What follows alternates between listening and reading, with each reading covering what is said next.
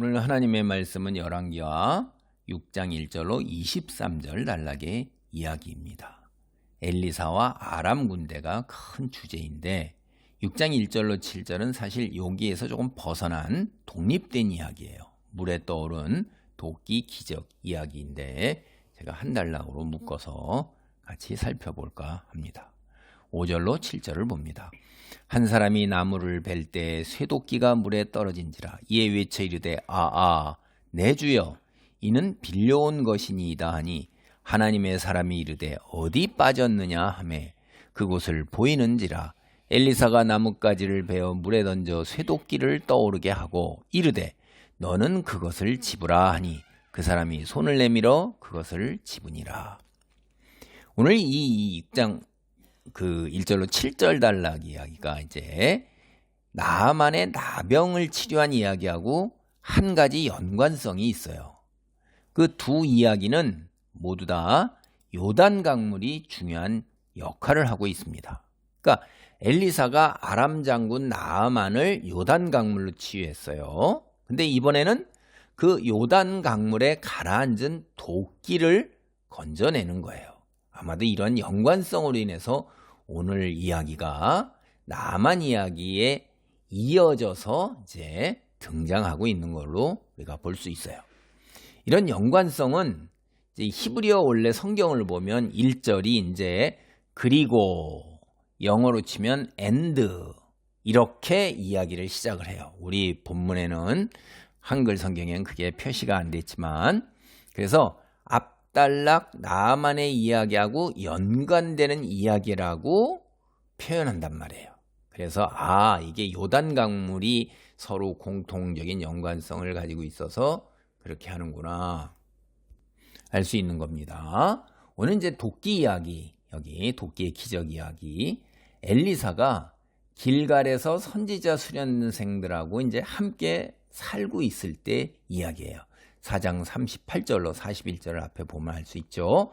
엘리사를 스승으로 모시고 이제 선지자 훈련을 하는 선지자 공동체가 날이 갈수록 규모가 커지면서 살아가는데 이제 보다 더 넓은 터전이 필요하게 된 겁니다. 그러니까 여기서 우리는 보면은 일찍부터 하나님의 말씀대로 살면서 하나님 말씀을 전하는 걸 소명으로 삼는 사람들, 이런 사람들이 그저 하나님께서 어떤 날 갑자기 불러가지고선 내가 소명이 있구나 이래가지고 나가는 게 아니라 이런 부른 소명도 있고 그 다음에 그게 이제 내적인 소명이에요. 외적으로 그분이 바로 그러한 소명을 감당해야 할 사람이라고 사람들이 다 인정하고 존중하게 되기까지 이렇게 훈련을 했단 말이에요. 말씀을 배우고 공동체로 예배 같이 하고 이런 공부와 훈련, 경건한 삶의 연습이 같이 더불어서 그 속에서 이제 이렇게 성숙하게 돼 나가는 이런 삶의 여정이 있었다는 걸 알 수가 있는 거예요. 그러니까 오늘날 똑같은 거예요. 갑자기 툭 튀어나와가지고서 내가 하나님께 직통 계시 받는다. 다 거짓말이에요. 이런 거. 그렇게 될 수가 없는 거예요. 하나님은 성경을 우리에게 다 주시기 전에도 벌써 이랬는데 다 주셨는데 이제 더 이상 무슨 계시가 필요해요. 인류 구원에 있어서. 필요가 없어요. 완성이 돼 있는 겁니다. 그런데 하나님이 왜 직통 계시를 하겠어요? 사기꾼입니다. 엘리야가 뒤를 이어 이제 엘리사 같은 참 선지자로 등장을 했어요. 그리고 모든 사람들이 다 인정을 해요. 이제 왕도, 백성도, 선지자, 무리도, 그리고 외국에서도 심지어 다 알아요. 그러니까 그 밑에 몰려들어서 엘리야 밑에 있던 사람들이 그대로 엘리사 밑에 있으면서 하나님의 일을 꿈꾼단 말이에요.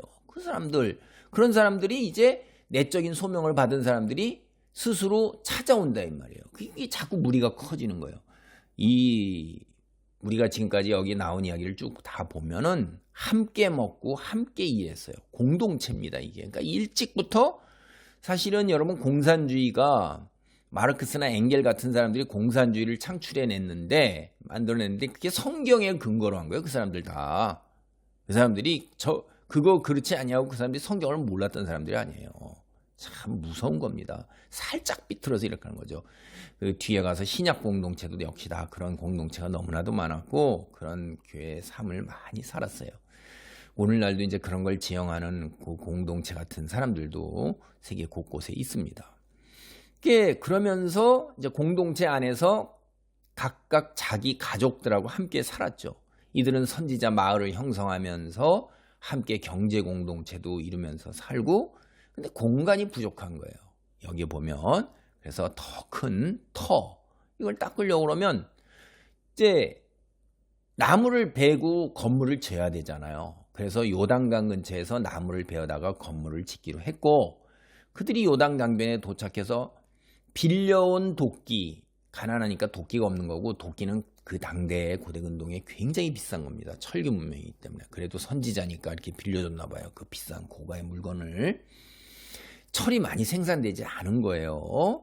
그래서 높은 온도를 달어, 그리고 광석을 녹여야 되는 거예요. 대단한 기술이고, 그 청동이나 구리와 주석이 합금보다 비교도 할 수 없이 비싼 거예요. 그래서 그 철기를 가졌다. 그게 대단한 거죠. 칼하고 창, 전쟁 무기 만드는데 주로 쓰는 거예요. 국가적으로 이제 큰 돈을 들여서 하는 거예요. 비싼 철도끼. 그거 이제 굉장히 비싼 거. 이게 드문 거고. 근데 선지자니까 빌려올 수 있었던 거예요. 대단한 거라고 저는 봐요. 근데 이걸 강물에 빠뜨렸어요. 야, 이거 어떡합니까? 강물에 빠진 도끼 찾지 못하면 도끼 빌려온 가난한 선지자 이거 큰 빚을 지는 거잖아요. 선지자로서 이게 하나님의 영광을 가리는 일이죠. 약속을 지켜야 되는 거니까. 절박해진 선지자들이 이제 엘리사에게 도와달라고 소리를 친 거예요. 엘리사는 철도끼를 물에 떠오르게 하는 기적을 행한 거예요. 여러분, 철은 물보다 무겁잖아요. 근데 그게 어떻게 물에 떠올라요? 우리 사람들도 가만히 있으면 물에 떠오른다고 그러는데 바닥에 가라앉았다가 떠오른다고 그러고요. 제가 어렸을 때 초등학교 시절에 개호외과에서 수영도 못하는데 선생님이 그냥 푹 집어넣어가지고 바닥까지 내려가는 그 기적이 그 경험이 생생해요. 평생을 탁 내려가는데 숨 차고 뭐하고 그냥 그 물속에 다 모이면서 바닥까지 내려갔다가 그 다음에 이제 떠오르기 시작하는. 야, 정말. 그러니까 엘리사가 이제 당대의 대단한 권세를 지닌 아람 국가예요. 강국이란 말이에요. 이 이스라엘도 다 절절매고 그랬던 건데, 응? 주변 국가들이 그 장군의 나아반의 나병, 불치병을 낫게 하는 기적을 행했잖아요. 요단강에서. 근데 오늘 본문에서 이제 선지자 수련생, 가난한 그 선지자 수련생에서 무거워서 가라앉은 쇠, 철도끼를 물에 다시 떠오르게 한다 이 말이에요. 야, 이게 진짜 참 대단한 기적이죠. 자연의 섭리를 넘어서는 거잖아요. 하나님께서 세우신 질서를. 하나님께서 구원을 베푸신다 이 말이에요. 근데 이게 누구예요? 가난한 선지자예요. 그러니까 하나님의 은혜를 입을 대상이 누구냐 이거예요. 남녀노소, 인종의 나이에 상관이 없어요. 빈부귀천도 상관이 없어요. 모든 사람이 사람이라면, 사실은 사람뿐만 아니라 모든 피조물이죠 다. 하나님의 은혜를 입을 대상이에요. 우리 인간은 어때요? 외모로 사람을 판단해요. 이 인상이라는 걸 우리가 참 굉장히 중요하게 생각합니다. 심지어는 관상을 보는 사람도 있잖아요. 그리고 이 입은 옷차림이라든가 말이라든가 조금 더 나아가면 그 사람이 사는 집, 재산, 학력, 사회적 위치 뭐 등등 모든 걸 가지고선 다 사람을 판단한단 말이에요. 신분과 성별과 빈부, 외모, 사회적 위치와 학식, 온갖 다 외적 요소죠. 세상적인 걸 기준으로 해서 사람을 우리는 판단하고 차별을 해요. 이런 경향에서 벗어나기가 굉장히 어려워요. 뭐 배운 사람도 그런 거고 그렇지 않은 사람들은 일반 통상적인 사람들 이런 거 굉장히 어려운 거죠. 이런 거를 배운 사람, 객관화시키려고 노력하는 거를 전공한 사람들, 이제 이런 사람들이 주로 이제 기본적인 인문학, 철학하는 사람들도 외적 조건이 아닌 마음의 중심 이걸 보고선 판단하는 게 쉽지가 않다 이 말이에요. 그러니까 다른 사람들은 뭐 말할 것도 없는 거죠. 근데 이제 오늘 일어난 기적 한번 보세요. 너무나도 기이한 거잖아요. 엘리사가 기도를 했다 해서 물에 가라앉은 쇳덩어리가 떠오른 게 아니에요. 정말 기이한 일입니다.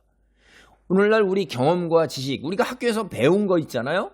교과서에 보세요. 쇳덩어리가 물에 가라앉지 어떻게 떠올라요? 이거 말도 안 되는 일이에요. 이게 이런 일이 성경에는 굉장히 많아요. 예수께서 하나님의 아들이다, 신이다라는 거예요. 인간을 어떻게 그렇게 얘기를 해요? 예수님이 내가 그니라 이렇게 얘기했어요. 물론 오늘 이제 사이비 뭐 이런 사람들도 자기가 뭐 하나님의 아들이다 뭐 이런 얘기를 하죠. 그러면 그거를 입증해야 될 만한 증거가 있어야 될 거네요. 예수님은 죽은 지 사흘 만에 부활했어요. 제자들이 다 믿고 그렇게 따랐습니다. 눈으로 봤으니까. 근데 세상에 있는 하나님이 아닌 다른 사람들, 이런 분들 뭐 마호멧이라든가 뭐 부처라든가 혹은 뭐 그 외에 뭐 여호와 안식교라든가 몰몬교라든가 뭐 통일교라든가 뭐 신천지라든가 등등 다 이런 사람들이 신의 아들이라고 주장하는 사람들 뭐 증거가 있어요? 사흘 만에 부활했어요, 예수님은. 그럼 주변 사람들이 다 따르던 사람들이 다 봤단 말이에요, 제자들이. 오늘날 그래요? 바람과 바다를 잔잔하게 했거나 풍랑이는 바다 위를 걸었어요. 오병이요, 이거 한두 번 향한 기적이 아니에요. 죽은 사람도 살렸어요. 소년을 살리고. 그리고 나병도 치료했어요. 지금 오늘날 그런 사람들이 다 그런 이야기가 있냐요. 그리고 시신이 없어요. 무덤이 없어요. 그리고 근데 그거를 주변 사람들이 다 봤단 말이에요. 오늘 그런 공개적으로 다 그런 일들이 일어나냐 이거예요. 그러지도 않았는데도 다 그 무덤 갖다 놓고 돌고 성지순례 해야 되고 그 시신의 일부 뭐 치아만 있어도 갖다가 뭐 대단한 것처럼 막 모셔놓고 기적을 행하는 것처럼 그러잖아요. 기가 막힌 거죠, 뭐 이런 게. 그 인간은 그렇게 우상화시키고 자기가 그렇게 만드는 거예요. 근데 사실이 아닌데도 여기는 사실이란 말이에요. 근데 우리 경험과 지식으로 일어날 수 없는 일이기 때문에 믿질 못하는 거예요. 만들어낸 이야기구나. 문학작품에서, 영화에서, 드라마에서 얼마나 판타지로 만들어냅니까? 그래서 세상 사람은 자기 경험과 이적 안에서, 그러니까 자기가 판단하는 거야. 자기가 다 아는 거야. 자기가 신이지. 응? 욥도 이제 그런 거로 꾸지람을 받은 거예요. 하나님께서 세상을 창조하고 토대를 놓을 때 너는 어디 있었느냐? 말을 못하는 거. 어디 있어? 모르지. 내가 너를 지을 때 너는 어디 있었느냐? 어떻게 알아? 하나님은 다 아신다 이 말이에요. 믿든 안 믿든 자기가 다 아는 거예요. 자기 판단에 아니다 이거예요. 그거는. 자, 그렇게 생각하는 사람, 하나님이 천지를 창조하셨다? 에이, 만들어낸 이야기지. 나는 그렇게 보지 않아. 진화론이라는 걸 만들어냈잖아요. 우리 인간이 만들어낸 상상이. 응? 근데 그 얘기는 어떻게 믿어요? 자기 선택이에요. 창조냐 진화냐, 오늘 존재하는 우리는 둘 중에 하나 내가 선택한 거지. 그러니까 선택한 건 내가 다 알기 때문에, 그게 거짓이라는 걸 알기 때문에 나는 그렇게 위대한 존재라고 자기 스스로 생각하는 거예요. 만약 그렇지 못한다면 나는 몰라 이래야 되는데, 그럼 있을 가능성이 있으니까 이쪽도 한번 사실을 살펴보자. 창조론도 이래야 되는데 그게 아니에요. 그건 거부입니다. 그냥 싫은 거예요. 그게 이제 인간의 선입과 편견이죠. 근데 진화론 어떡하냐? 그럴싸한 설명이 더 마음에 와서 닿아요. 그래서 훨씬 가능성이 있었는데 진화론도 모순된 점이 많은 거예요. 종과 종을 어떻게 넘어서요? 근데도 뭐, 그리고 처음 시작이 어떻게 됐어요? 몰라요. 그런데도 믿어요. 아이고, 진화론 믿기 어렵죠. 창조론도 믿기 어려운 거예요. 근데 인간은 선택의 기로에 섭니다. 골치 아프니까 생각하지 말자. 그렇게 해도 창조론 믿지 않는 겁니다. 하나님을 믿지 않는 거예요. 진화론을 선택한 거하고 같은 겁니다. 는 중립이다라는 게 없는 겁니다. 인간에게 주어진 단 한 번의 기회, 인생 살 때 믿을 거냐 말 거냐, 이거 내가 거부하는 거예요. 하나님을 믿지 않는다면 거부하는 겁니다. 그냥. 오늘 본문으로 오면 엘리사가 철도끼를 물 위에 떠오르게 하는 기적을 행한 것이 전하는 메시지가 뭘까요? 그게 하나님의 주권이에요. 세상에 대한 하나님의 다스림. 하나님께서 다 당신의 다스림과 주권과 섭리와 뜻으로 이 세상을 통치하고 이끌어가고 계신다는 겁니다. 하나님께서 세상을 창조하셨는데 주가 되신다 이 말이에요. Lord, 로드, 주라는 건 주인이에요. 세상을 다스리는 왕, 통치자 되십니다. 그래서 king.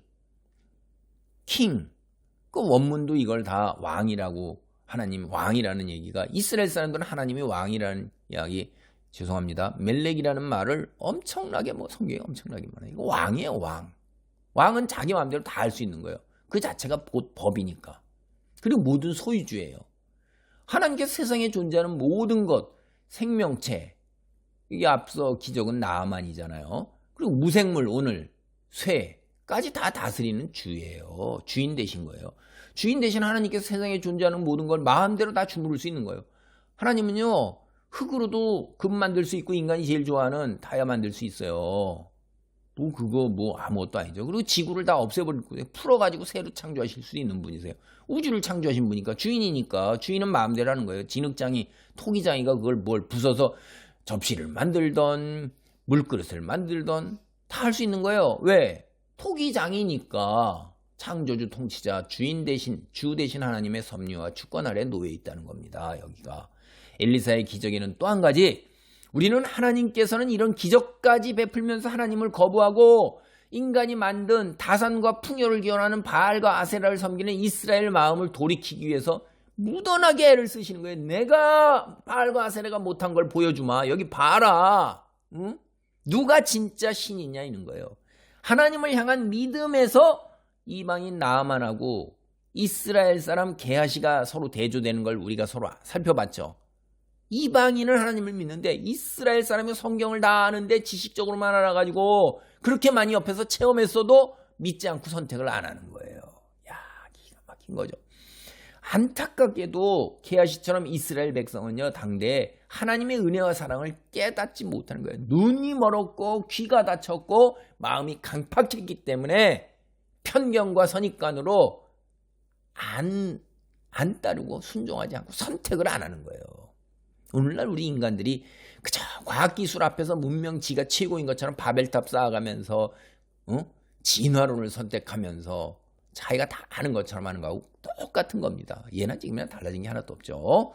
열왕기상 이제 6장 8절로 23절 단락이 엘리사의 도움으로 아람 군대를 물리치는 이야기입니다. 그 중에서 6장 8절로 10절을 먼저 봅니다.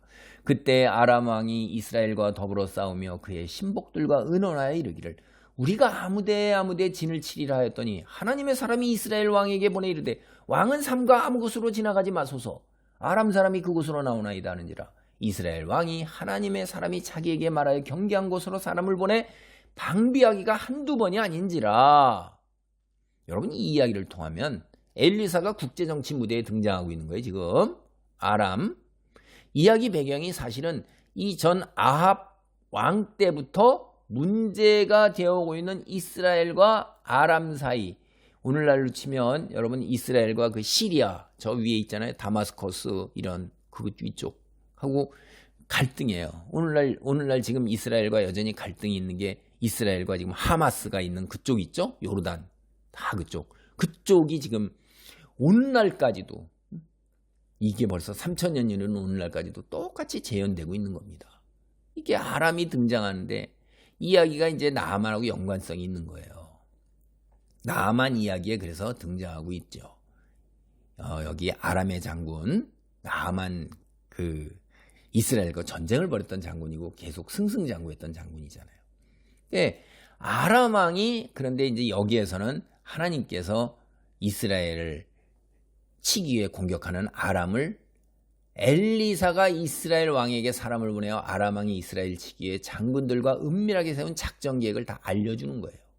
그래서 여호와께서 이처럼 엘리사를 통해 이스라엘에게 중요한 군사적 정보를 알려주시는 건 아직도 여호와께서 이스라엘 왕이시라는 거예요. 아직도 이스라엘이 여호와만 바라본다면 그 어떤 나라도 실질은 그 아람이 더 강국이에요. 이스라엘의 상대가 될 수 없다. 그걸 보여주고 있는 거예요. 그러니까 이게 머리가 진짜 있는 사람이라면, 마음이 강팍하지만 않았다면 금방 깨달을 거 아닙니까? 번번이 그랬으니까. 여호와께서 이스라엘의 적을 이기는데 필요한 정보, 그걸 하나님의 사람인 선지자를 통해서 알려주셔서 그냥 다 해서 계속 겪고 있는 거예요 지금. 응? 이스라엘은 시내 산에서 모세를 통해 맺은 언약대로 여호와만 바라보면 돼요. 여호와만 섬기면 돼요. 근데 안타깝게 또 이스라엘은 여호와의 이런 놀라운 은혜를 경험하면서도 이 사실을 깨닫지 못하는 것입니다.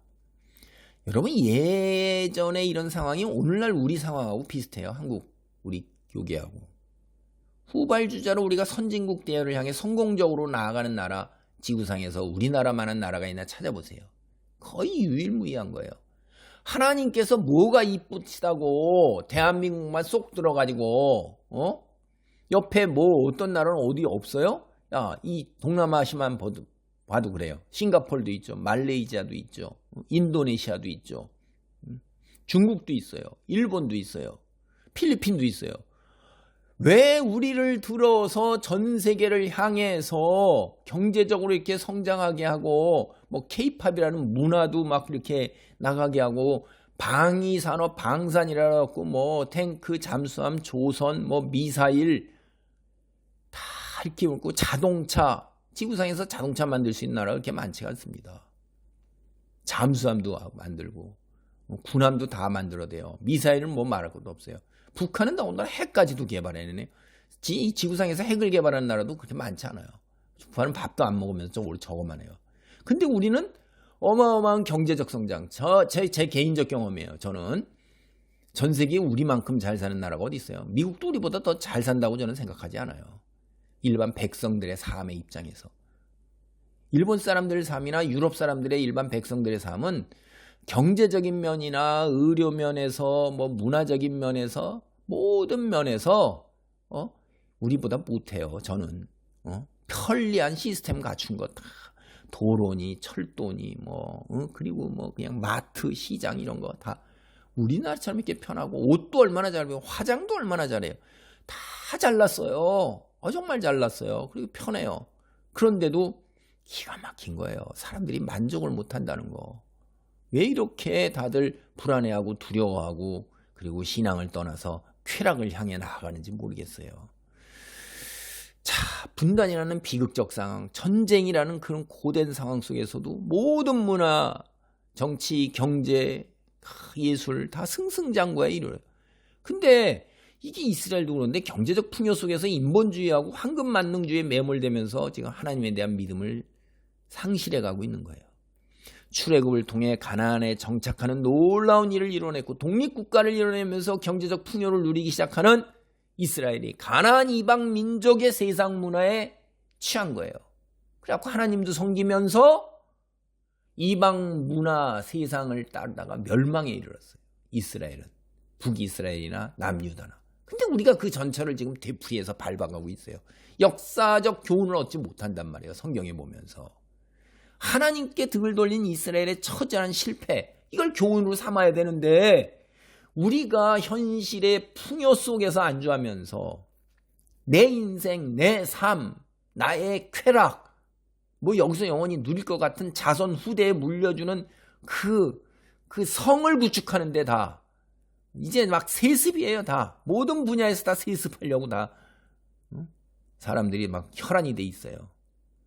백성들의 삶은 뒷전이고 지배계층들은 다 세습에 지금 정치, 경제, 문화, 예술, 체육, 뭐 의료, 사법 할 거 없이 다 각각 위에 있는 지배계층들은 다 그냥 세습에다 눈이 먼 거예요. 지금 다.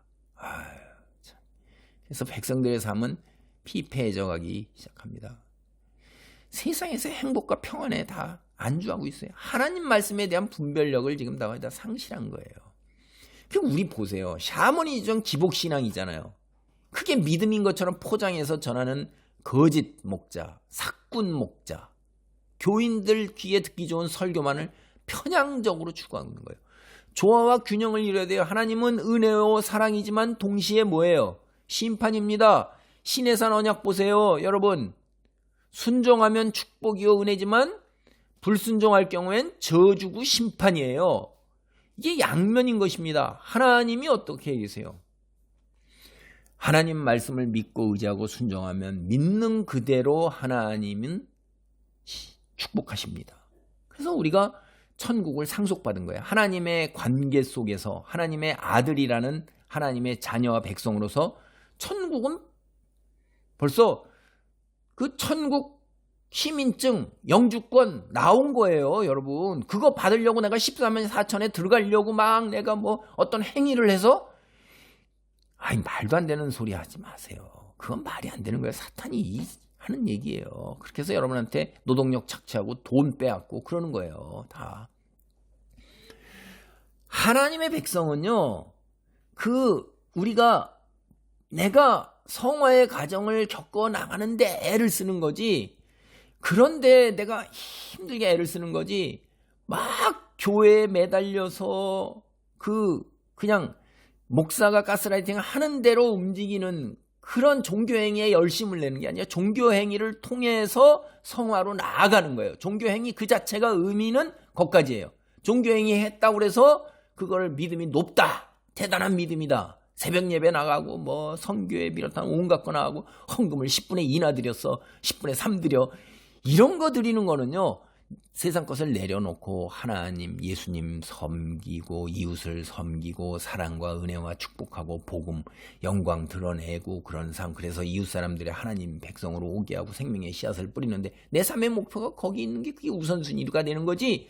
내 가정을 평탄케 하고 내 건강을 찾고 질병을 치유하고 내 감정을 다스리고 내 자식이 잘 되고 기업이 일어나고 내 부동산이 막 늘어나고 이런 거 위해서 내가 하나님께 이렇게 11조 드렸고 이만큼 드렸으니 하나님 나를 축복하시겠지.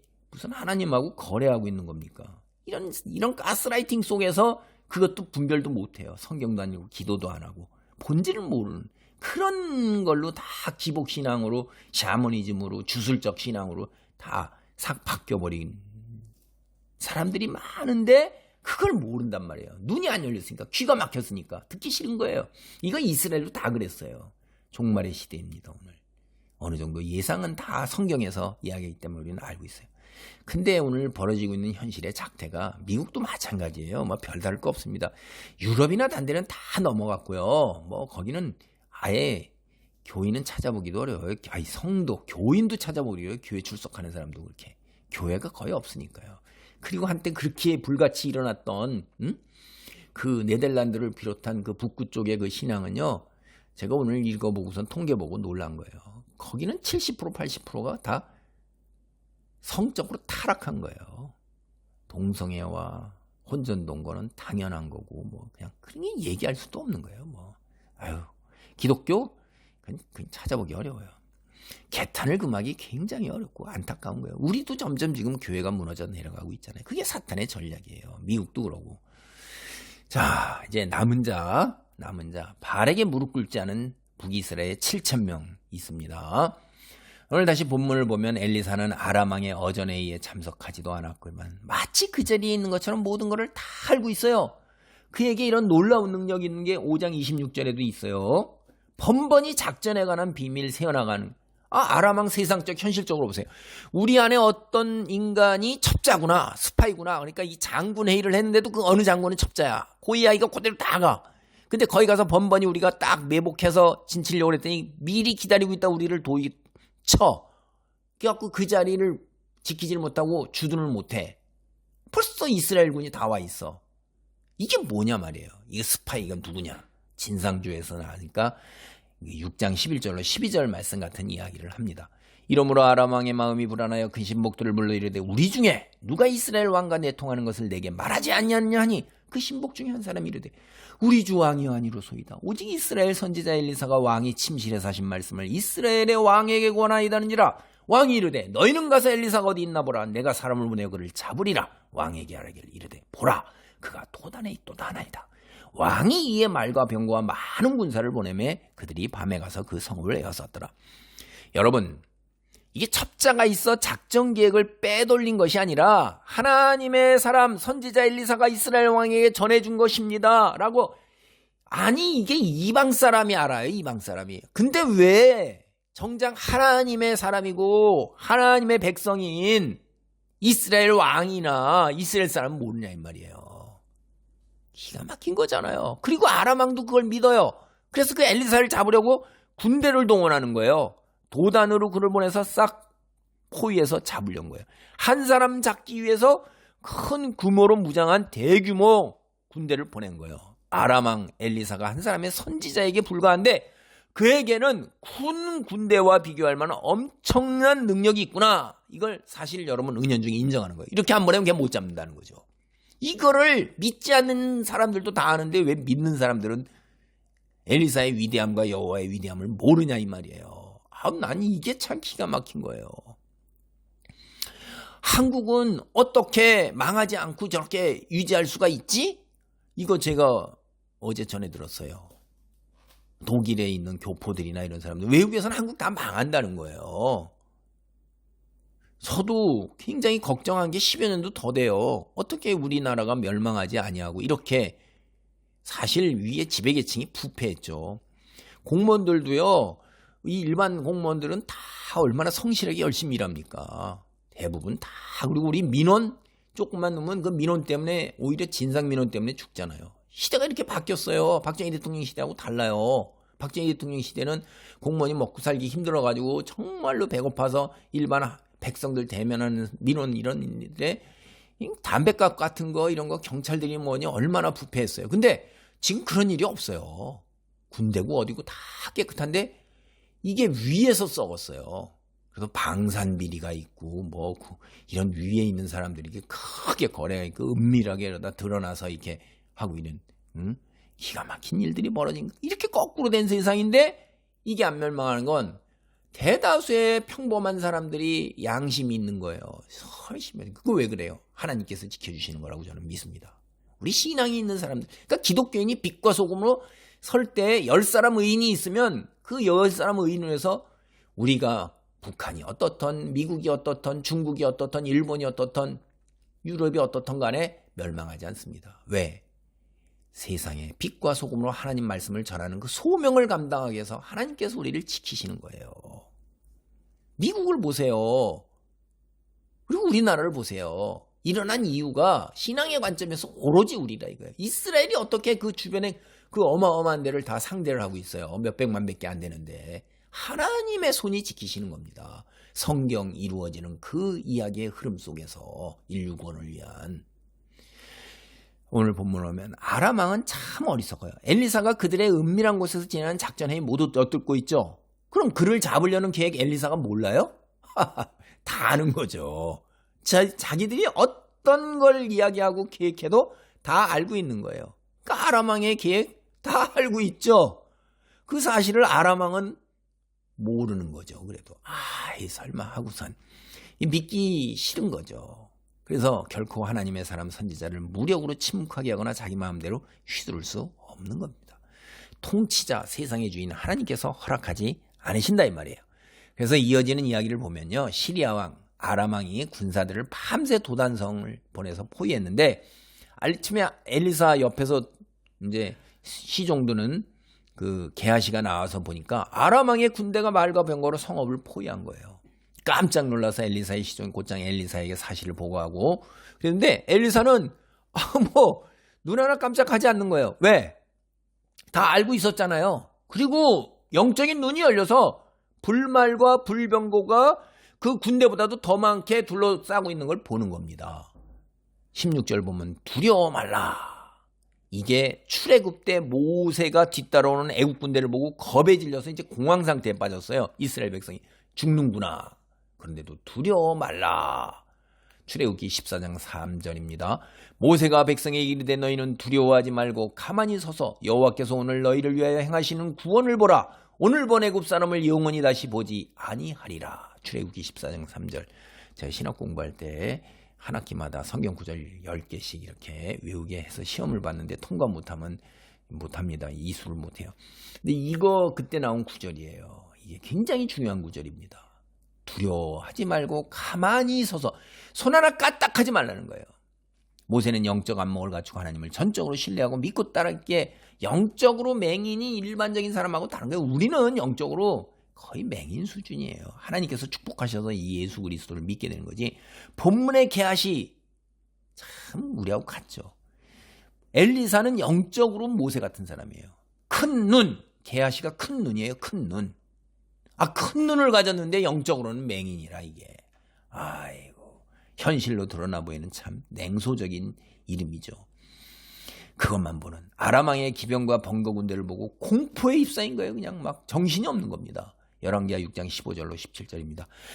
하나님의 사람 사환이 일찍 일어나서 나가보니 군사와 말과 병거가 성읍을 내놓았는지라. 그의 사환이 엘리사에게 말하되 내 주여 우리가 어찌하리까니 대답하되 두려워하지 말라. 우리와 함께한 자가 그들과 함께한 자보다 많으니라 하고 기도하여 이르되 여호와여 오나건대 그의 눈을 열어서 보게 하옵소서 하니 여호와께서 그 청년의 눈을 여시매 그가 보니 불말과 불병거가 산에 가득하여 엘리사를 둘렀더라.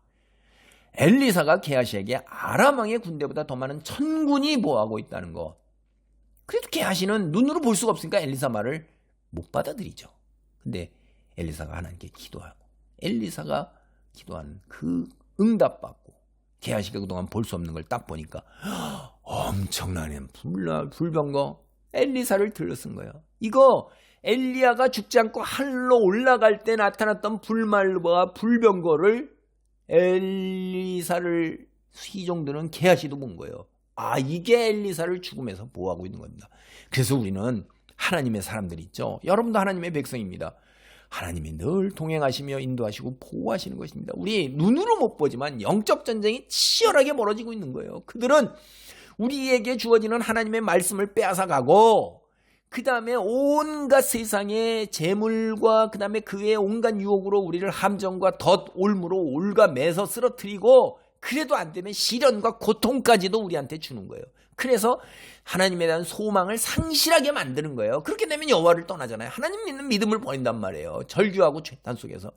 제가 일본에 그 예수를 전하던 포르투갈 신부가 주변에 믿음을 말아들인 사람들이 그 군부의 무사들에 의해서 처참하게 죽어가고 가족들이 죽어갈 때 이 예수의 초상화를 내가 밟으면 이 사람들 미끄러운 믿음을 저버리면 이 사람들을 구해주겠다 그럴 때 어떻게 해요? 포르투갈 신부가 하도 절박하니까 제가 읽어본 이야기에 그 사람들 때문에 믿음을 저버립니다. 하나님이 계시면 어찌 이런 일이 일어나니까 믿음을 저버린다. 그런 사람도 있다는 얘기가 있어요. 여러분 그게 그런 거예요. 하나님을 믿고 의지하고 순종하는 일이 생각만큼 그렇게 쉬운 게 아닙니다. 그리고 현실의 고통은요. 내가 실존의 고통으로 실제로 겪어야 되는 거예요. 아픔과 현실 무지하게 힘듭니다. 주변에 그런 사람들이 있으면 여러분이 함께 손 붙들고 위로하고 기도해야 돼요. 더 기도해라. 믿음이 부족했다. 회개하라. 이따위 소리 하지 마세요. 아 정말 뒤통수 쳐야 돼요. 그런 인간들은. 옆에서 그 사람 그냥 꼭 안아주고 붙들어주고 함께 눈물 흘려주고 그래야 되는 겁니다. 정말 힘들어요. 고통스럽고 괴롭습니다. 그냥 버티게 해달라고 도와줘야 돼요. 힘들지 어렵지 그냥. 엘리사가 이번에 이제 아람 군인들이 이번에는 보지 못하게 해달라고 기도하는 거예요. 18절을 보면 하나님께서 아람 군인들의 눈을 멀게 하시자 엘리사가 그들을 목적지로 데려다주면서 도단에서 북쪽으로 약 20km 떨어진 사마리아 성 한가운데 있는 거예요. 그 많은 대규모 군인들이 줄줄줄줄줄 엘리사 한 사람 따라가는 거예요. 다 맹인이잖아 맹인. 응? 아람 군인들이 정신을 딱 차리고 보니까 아니 적의 수도 사마리아 성 한가운데로 딱 들어와서 한가운데 있고 사방 완전히 둘러싼 거예요. 원으로. 이제 어떻게 된 거예요? 눈 뜨고 보니까 창칼 활이 다 겨누고 있는데 어떤 위기에 놓였는지 그때서야 깨달은 거예요. 아람 군인들이. 엘리사는 이제 아람 군인들을 단칼에 베어서 다 죽여버리겠다. 이놈들 싹 죽여야지 하는 이스라엘의 왕 여호람에게 잔치를 베풀어 극진히 대접해서 돌려보내라는 거예요. 성경 여기 참 보면 기가 막힌 전략이에요. 심리전에서 아합이 아람 왕 베나닷을 살려주었죠. 그래갖고 선지자의 규탄을 받았어요. 죽이라고 그럴 때는 안 죽이고 살려줘야 할 때는 죽이려고 날뛰어요. 이게 인간이 이 정도밖에 안 돼요. 이스라엘 왕 어느 때 원수에게 은혜를 베풀고 어느 때 원수를 처형하는 걸 구분 못해요. 아유 이렇게 참 눈을 영적 안목이 없고 지혜가 없으니까 분별력이 없으니까 이러는 거예요. 하여튼 그래도 엘리사 말에 순종한 것만 해도 참 다행이에요. 원수에게 복수하지 말고 사랑하라. 이 예수님 말씀이 엘리사 말에서 연상이 되잖아요. 복수는 하나님이 하셔요. 자신들이 죽었구나 그랬는데 오히려 환대를 받고 먹고 마시고 이렇게 한 다음에 편안하게 돌려보냈는데 다시는 이들은 이스라엘 땅 침략 못한 거예요. 이후로. 영구적인 것이 아니라 사실은 몇 년 동안 휴전이죠. 사실 원수를 사랑하는 가르침이 효력을 수년간은 그래도 발휘했어요. 오늘 이 사건을 통해서 여호와께서는 이스라엘 백성의 필요를 채우시고 적군의 손에서 주의 백성을 보호하는 방패가 되시기도 한다. 우린 이걸 깨닫는 거예요. 말씀을 맺습니다. 하나님이 세상의 통치자여 주님이십니다. 하나님께서 세상에 존재하는 모든 것을 당신의 뜻대로 다스리십니다. 믿든 안 믿든 간에 여러분은 진리는 변하는 게 없는 거예요. 여러분이 태양을 달이라 해도 태양은 태양인 것입니다. 피조물된 인간을 비롯한 모든 존재는 전적으로 하나님 주권 아래에 있는 거예요. 생명을 창조하신 분이 그분이기 때문에 우리가 하나님의 뜻을 다 이해할 수 없어요. 용량이 안 되죠. 뇌 용량이. 하나님의 백성으로 구원을 얻기에 충분한 지식, 그리고 하나님의 백성으로 거룩한 삶의 여정을 걸어나기에 충분한 지식, 성경을 통해서 이미 온전하게 다 계시로 특별 계시로 우리에게 주어진 것입니다. 문제는 선택이에요. 우리 자신의 선택과 믿음대로 내가 믿는 그 믿음대로 살고자 하는 실천의지, 그게 얼마나 신실하냐. 하나님을 향한 혹은 사탄과 거짓을 향한 일관됨, 이 신실함이 일관됨이거든요. 우리가 하나님 뜻대로 살면 고난과 시련이 있을 수 있어요. 사탄이 우리를 그냥 두지 않거든요. 세상이 이미 벌써 세상 사람은 안중에도 없어요. 그건 어차피 사탄의 형상을 입은 거짓된 것들이니까. 근데 우리는 하나님의 형상을 입은 하나님의 백성이고 자녀니까 전 그냥 두지 않는 거예요. 거짓된 유혹의 함정 이런 걸로, 그 다음에 말씀을 깨닫지 못하게 하고 빼앗아가요. 아이고, 이런 상황 절실하게 하나님께 기도해야 돼요. 기다응답을 통한 즉각적 예수님이 없다 이럴지라도 그리 아니하실지라도 라는 말이 왜 있겠어요. 신실하게 하나님을 믿고 의지하고 순종하는 거예요. 우리는요 사실은 선택이 있을 것 같죠. 선택이 없는 겁니다. 여러분, 우리에게 주어진 건 외길이에요. 하나님을 향한 외길이지, 하나님을 향한 외길이냐 아니면 안 믿느냐 하는 거지. 안 믿으면 당연히 사탄이잖아요. 그게 외길이지. 여러분에게 선택이 주어졌다고요? 제가 더 나아간 요즘은 우리에게는 선택이 없다. 일방적인 하나님의 은혜와 사랑, 글로 가는 것 외에는 다른 길이 없다는 거예요. 선택이라면 그와 동등한 다른 것이 있는 거죠. 여러분은 세상은 선택이 아닙니다. 답은 하나입니다. 또 다른 답이 있질 않아요. 그걸 가지고 선택이라고 하면 안 되는 거예요. 선택이 아니라 무조건인 것입니다. 하나님을 믿고 의지하고 순종하는 그 무조건적인 것 외에는 없는 겁니다. 피조물된 분수를 알아야 돼요. 내가 신이 아니에요. 내 마음대로 할 수 있는 거 아무것도 없어요. 하나님 앞에 겸손함으로 나가서 창조주 하나님을 믿고 복음을 믿고 순종하며 신실하게 일관되게 살아야 돼요. 그게 우리에게 주어진 운명이에요. 운명을 거역하는 자 멸망과 파괴 뺏기 없는 것입니다. 저주와 심판 아래 있는 겁니다. 하나님의 백성으로 살아가는 놀라운 기적이 우리에게 임하기를 소망합니다. 아멘. 할렐루야. 하나님 감사합니다. 우리에게 주어진 것 외길이고 당연한 것이고 반드시 절대적인 것임을 깨닫는 자리에 이르렀습니다. 하나님을 믿고 의지하고 순종하며 복음을 받아들이며 세상에 내 인생, 내 것을 이루고자 하는 재물의 탐욕과 그 외의 본능에 따른 욕망의 탐욕에 휘둘리지 않고 어떤 고난과 시련 속에서도 하나님을 믿고 신실하게 하나님만을 믿고 소망을 갖고 버티며 나아갈 수 있기를 간절히 소망합니다. 또한 주변에 있는 하나님의 형제들과 함께 진리를 확인하고 서로를 위로하고 격려하며 뜨겁게 사랑하여 하나님 영광 돌리며 하나님 나라를 이 땅에 임하게 하는 그 자리에 우리도 동참하게 하소서. 예수님의 이름으로 기도하옵나이다. 아멘.